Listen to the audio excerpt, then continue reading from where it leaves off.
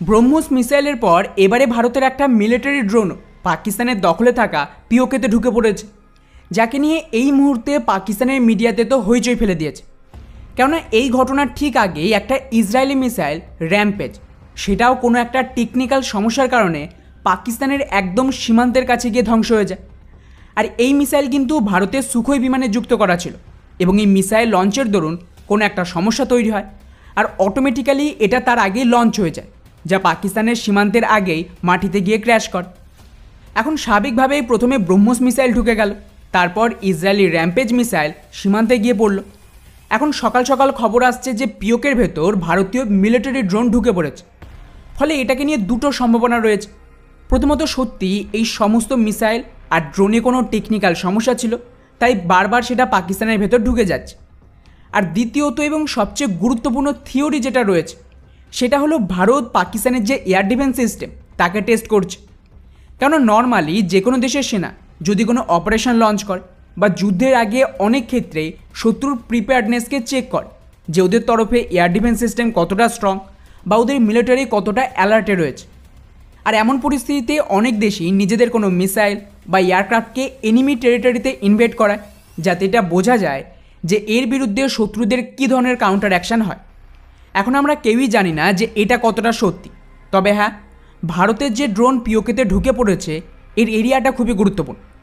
Report অনুযায়ী পিওকের ভেতরে একটা এরিয়া রয়েছে যার নাম হলো নিকিয়াল সেক্টর, যেটা ভারতীয় সাইডের ভীমবার গালির একদম উল্টো দিক। আর আপনারা জানলে অবাক হবেন যে গত কিছু মাস ধরে ভারতীয় ফোর্সের ওপর যতগুলো টেররিস্ট অ্যাটাক হয়েছে, এমনকি কিছু রিপোর্টে এমনটা দাবি করা হয়েছিল পাকিস্তানে নাকি বেশ কিছু এসএসজি কমান্ডো আতঙ্কবাদী সেজে ভারতে ঢুকেছে, আর ওরাই এই সমস্ত টেররিস্ট অ্যাটাক করছে। তো এই যে পুরো টেররিস্টদের গ্রুপ, এরা কিন্তু এই নিকিয়াল সেক্টর দিয়েই ভারতে ঢুকেছিল। এই মুহূর্তে ভারত সমস্ত আতঙ্কবাদীদের খুঁজে খুঁজে মারছে, যার আন্ডারে এই সেক্টরে ভারতীয় সেনা নিজেদের মিনি ড্রোনকেও ডিপ্লয় করেছে। এর উদ্দেশ্য হলো আশেপাশের অনেক ছোট ছোট গুহা বা জঙ্গলের একাধিক এরিয়া রয়েছে যেখানে প্রচুর খাজ থাকে এবং নর্মালি সেটা চোখে পড়ে না। এই এরিয়া এতটাই বড় যে গ্রাউন্ড ফোর্সের দ্বারা প্রতিটা গুহা বা খাজকে খুঁজে বের করা মুশকিল। উপরন্তু এখানে রিস্কও রয়েছে, আতঙ্কবাদীরা লুকিয়ে থেকে সুইসাইড অ্যাটাক করতে পারে, বা কোনো কোনো সময় ওরা এই গুহা বা খাজের মধ্যে আইডি প্ল্যান করে রাখে, যাতে যখনই ফোর্সেস সেখানে ঢুকবে এটা ব্লাস্ট হয়ে যাবে। এই কারণেই এই সমস্ত এরিয়াতে ড্রোনের মাধ্যমে সার্চ অপারেশন চলছে।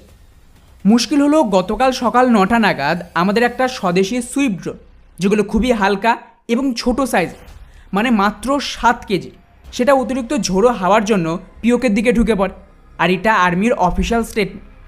যদিও ব্রহ্মোসের ক্ষেত্রে যেমন ভারতীয় সেনা পাকিস্তানকে হটলাইনে কন্ট্যাক্ট করে আগেই বলে দিয়েছিল যে আমাদের একটা গিফট যাচ্ছে যার নাম হলো ব্রহ্মোস মিসাইল, সেম এবারেও ভারত কিন্তু পাকিস্তানকে এই বিষয়ে জানিয়ে দিয়েছিল। কিন্তু এটাকে নিয়ে একটা ধোঁয়াশা তৈরি হয়েছে যে এখানে ঠিক কী হচ্ছে। কারণ ব্রহ্মোস মিসাইল পাকিস্তানে ঢোকার পর এটা তো বোঝা গিয়েছিল যে ওদের চাইনিজ রাডার এতটাই দুর্বল যে ভারতীয় মিসাইলকে ট্র্যাক করতে পারেনি, আর না ওদের এয়ার ডিফেন্স সিস্টেম একে শুট ডাউন করতে পেরেছে।